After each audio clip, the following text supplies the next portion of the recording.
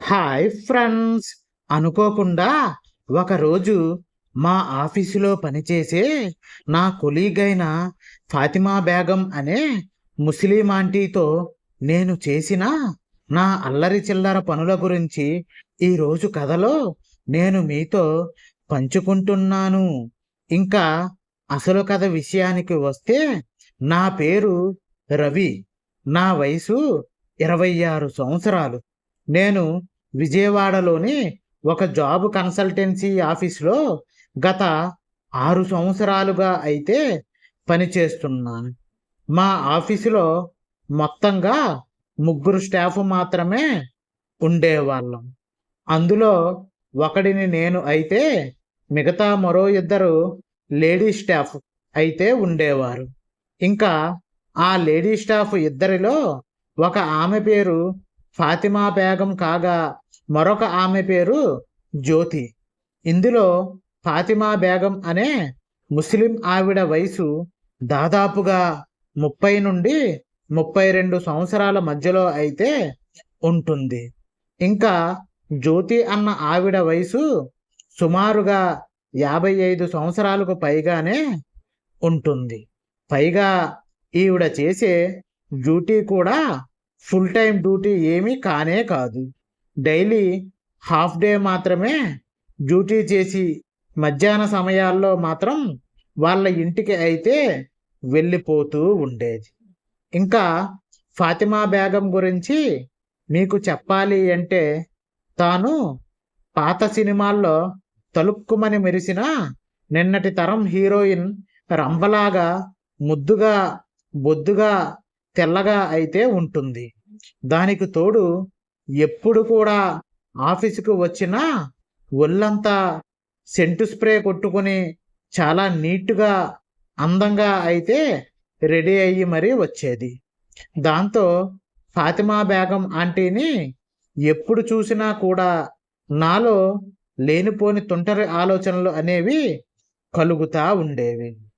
ఇంకా ఇది ఇలా ఉండగా ఒకరోజు మేము ఆఫీసులో కూర్చుని వర్క్ చేసుకుంటూ ఉండగా ఉన్నట్టుండి ఒక్కసారిగా బోరున వర్షం కురవడం అయితే మొదలయ్యింది.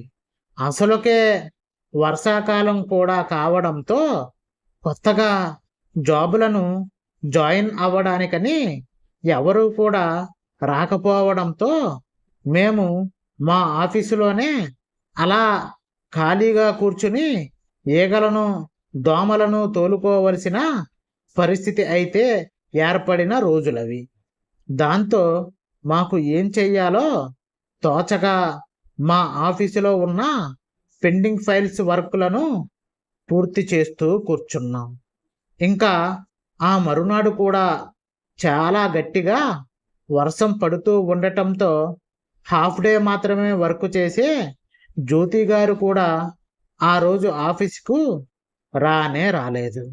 దాంతో నేను ఫాతిమా బేగం గారు మాత్రమే ఆ రోజు ఆఫీసులో ఉండి మా పనిని అయితే చేసుకుంటున్నాం. ఈలోగా ఫాతిమా బేగం ఆంటీ వాష్రూమ్కు వెళ్ళడం కోసమని అలా పక్కకు వెళ్ళగా నేను తన దగ్గర ఉన్న ఫైలులో నుంచి ఒక ముఖ్యమైన ఫైల్ను అయితే తీసి దాచేశాను. అయితే అది తనకి చాలా చాలా ముఖ్యమైన ఫైల్ కావటంతో వాష్రూమ్ నుంచి తిరిగి వచ్చి ఎంతగానో పాపం వెతికి చూడగా ఫాతిమా బేగం ఆంటీకి మాత్రం ఆ ఫైలు ఎక్కడా కూడా కనబడలేదు. దాంతో నేను కూడా ఆ ఫైలును వెతుకుతున్నట్టుగా నటిస్తూనే కొంచెం సేపు నా నటనతో అయితే తనని పూర్తిగా మెప్పించసాగాను.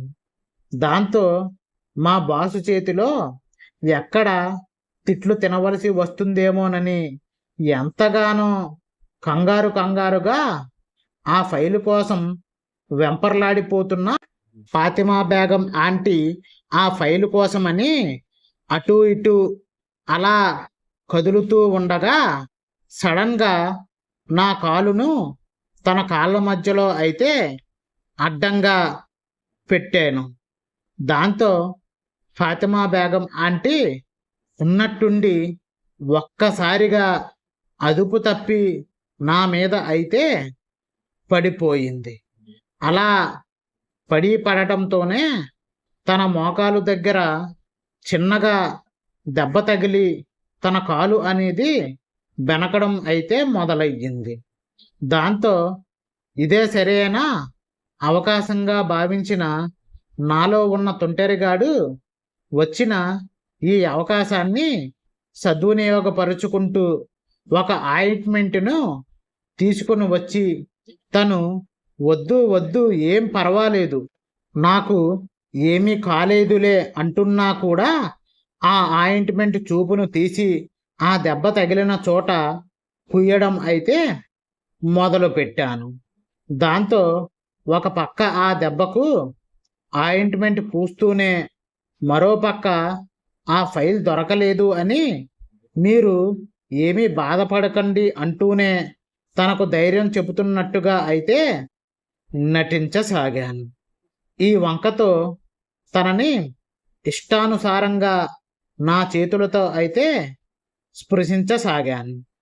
దాంతో నా కళ్ళలో ఉన్న ఆ చిలిపి భావాన్ని గ్రహించిన ఫాతిమా బేగం ఆంటీ కూడా చిన్నగా నవ్వుతూ సిగ్గుపడుతూనే నాకు తన అంగీకార భావాన్ని అయితే తెలుపసాగింది. దాంతో మొత్తానికి నా వలలో అయితే చిక్కిందిరా నా బంగారు చేప అని భావించిన నేను ఇదే సరైన అవకాశంగా భావించి తనపై నా ముద్దుల వర్షాన్ని విపరీతంగా కురిపించడమే కాకుండా తనని పూర్తి నగ్నంగా అయితే మార్చి మా ఆఫీసులోనే ఆ చల్లటి వర్షపు జల్లులలోనే అలా తనని స్వర్గసీమ అంచుల వరకు అయితే తీసుకుని వెళ్ళి తనకు చుక్కలను చూపించడమే కాకుండా అలా మా ఇద్దరం కలిసి అన్ని ఆనంద లోకాలలో అయితే విహరించసాగాము.